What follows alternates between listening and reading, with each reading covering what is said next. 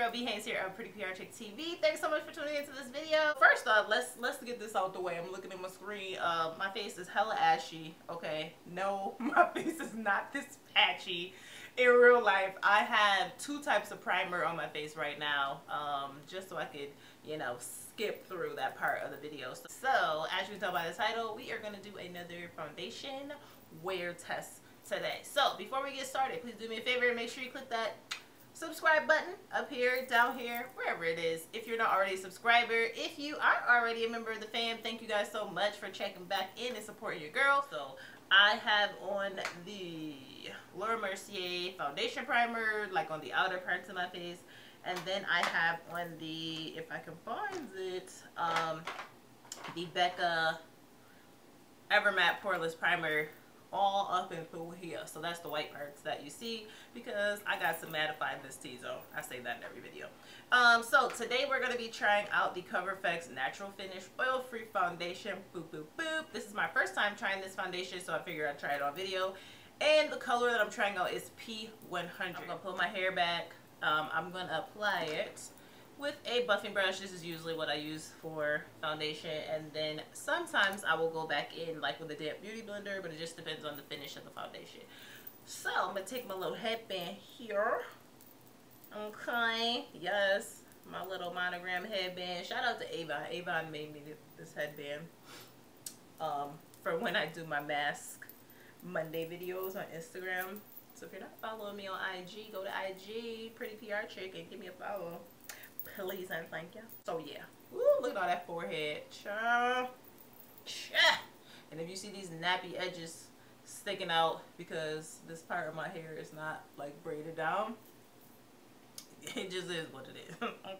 Okay, so it definitely looks like a good match. Looks a little lighter than my skin tone, but I know once I buff it in, I can tell pretty much right now that it probably will oxidize to my exact skin color.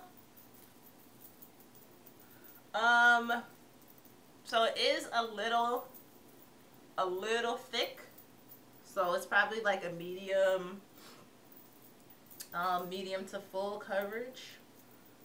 So I would not build it up anymore because I like light to medium coverage. So when I get like a fuller coverage foundation, I just use like a little bit and then I just buff it completely down. It actually has like pretty nice coverage because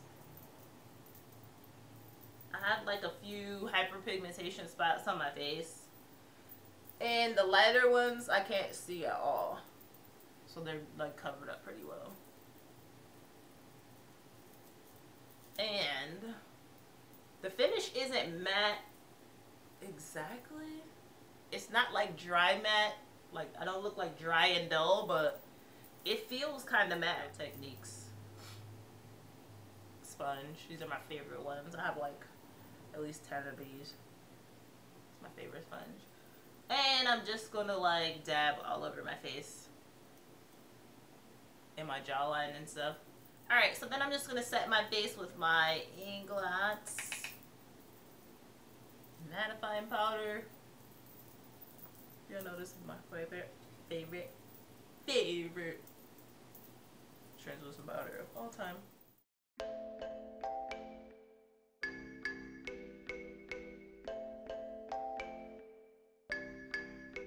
Okay, so I just got home from work,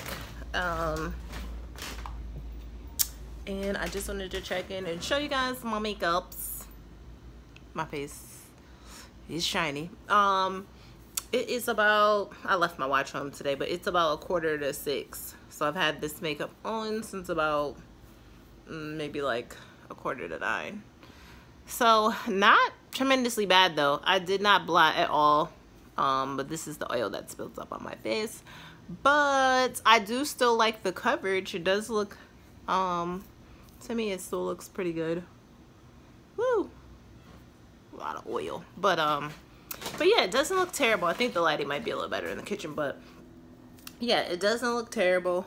And I actually ended up liking both like the shade and the undertone once I wore it for a little bit. I kind of got used to it. So I think this actually is my undertone. I'm just used to foundations that are a little more red, but this one's like a little more pink. To me it looked neutral this morning, but it is a little more pink. So that is my actual color, but it still held up pretty nice, looks pretty good. I'm gonna take this off probably around like 10 o'clock because I still have to walk my dog. I might go grab dinner and run a couple errands, so we'll see how it lasts until later tonight. Hey guys, all right, so I'm back for my final check-in of the day, and if you heard that pop, that was my elbow. Ouch. All right, so right now it is 10:20 p.m. I've had this makeup on now since about 8:30, 8:45 this morning. Yeah, so I've had it on for a long time. I'm about to wash my face and go hit the shower, but here's my end result. I did blot a little while ago. I forgot. I wanted to take a Snapchat. I blotted my face and I forgot that I wasn't supposed to, but overall it held up pretty well. You guys remember that I did not use a lot of this because it was full coverage. I just buffed it all the way out and then went over it with my damp beauty blender. So the coverage was fine. I actually like the actual shade and undertone more the more that I wore it. I kind of got used to it. But yeah, it was pretty nice. I actually feel like I should have put some brightening concealer under my eye because I feel like later on in the day, like I look a little ready, like a little tired, like I've been rode hard and put away wet. So so I should have put on some concealer, but overall I did definitely, I definitely like it. So I'm gonna try this out maybe a few more times over the next couple of weeks so I can really get a feel for it. As I said, this was my first time trying it, but I actually really like it. I do feel like the finish is natural. I felt like it was pretty matte, like a matte to a demi-matte finish, and it was oil free. It definitely didn't make my skin more oily. My skin is just oily on its own, you know. But if I wore this again, I definitely would probably put on a little bit of either like my Mayron powder or my Makeup Forever Pro HD powder. I'm sorry, something in my eye. With it because I just want to like warm up my skin tone with this more. Like I like my skin tone to be like a little redder. Definitely would give it 2 thumbs up for the pigmentation, the color payoff, the wearability, the formula. I liked all that stuff. That was my only con, is that I personally like a redder foundation. That's pretty much it.